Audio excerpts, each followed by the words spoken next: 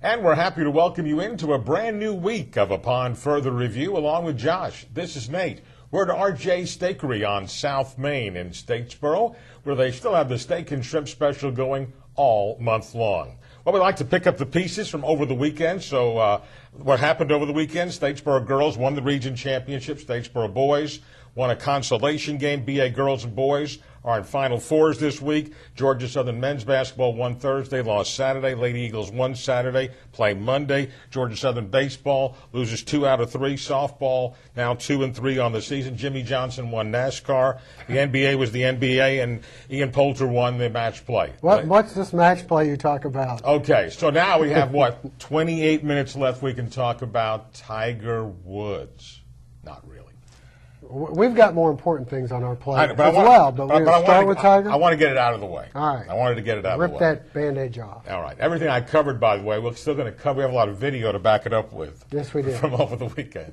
I just thought, I'll just don't have much video from the Tiger. Right. I was not invited to Ponte Vedra. See, but I turned it down. Remember, I told you. I said, hey, if I can't ask a question. If I was asked to go, and I was going to wear one of my nice suits for it. And there's no rumor that Georgia Southern Media Relations set up this press conference. Make a note of that one. Another zinger, okay. Anyway, Josh and I were en route on our trip Friday, and we listened on the radio and then watched as everybody else. I guess the whole world stopped at 11:01. I didn't know. I mean, we were in the car going to where we were heading and listening to it on the radio. I had no idea. I was talking to a friend, and they go, it's on CBS, NBC, ABC. Everything stopped. MTV. They piped it in Times Square. CMT. They had it everywhere. So, and you can take your shots at him now.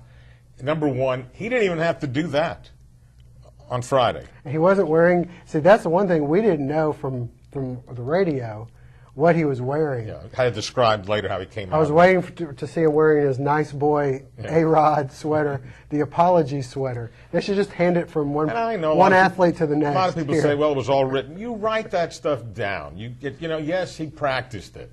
You write it down, or you have your handlers write it? Supposedly it was his thoughts. Somebody helped him write it down, okay?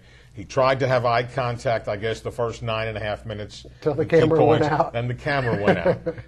A lot of people are wondering, was it planned? They were looking to see when you had the shot from behind with the wires coming out of him, Yeah, robot. Robotic is the popular term a lot of people are using.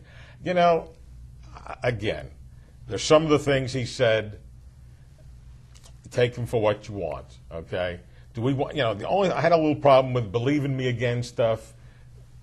How about the? Do we really believe in him before? How about the wagging the finger? That was more for the sponsors. Everything was, if you're going to tell me the tabloids are going to stop now, no. He's living in the wrong world. Well, see, and that's why I think he should have been a little more specific with his anger toward the media. Yeah. And he should have directed it toward the tabloid media, because I don't know that there were too many people in the respected media that were saying that he, these crazy rumors like he's saying about, what happened with his wife and all that. I think that was more the speculation stuff. The problem is we're never following his wife and kids to school. I don't think that was ESPN. But we're never going to know what happened Thanksgiving night unless he decides to tell the story.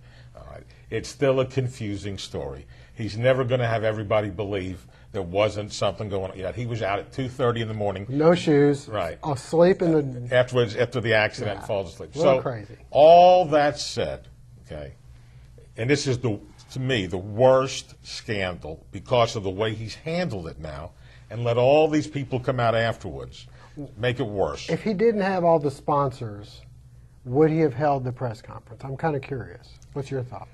I think it's almost like you've almost got to be seen in public and just say something to us is what everybody's been waiting for. Look, my face, there's no 9-iron gash here. And supposedly going back to rehab now, he certainly did not indicate at all when he'd be coming back for golf. Everybody assumed the Masters is coming up now, not that far away.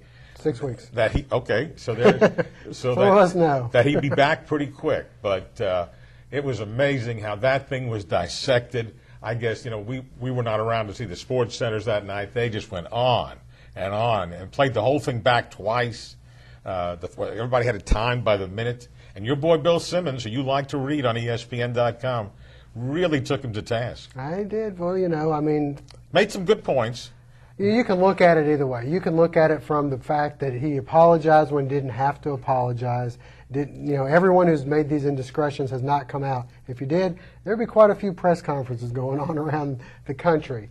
You can appreciate that, but the sincerity, why, still questions out there. Why is he still holding the PGA kind of hostage? Yeah. Can he say, I might, it's like Brett Favre. You need to come out.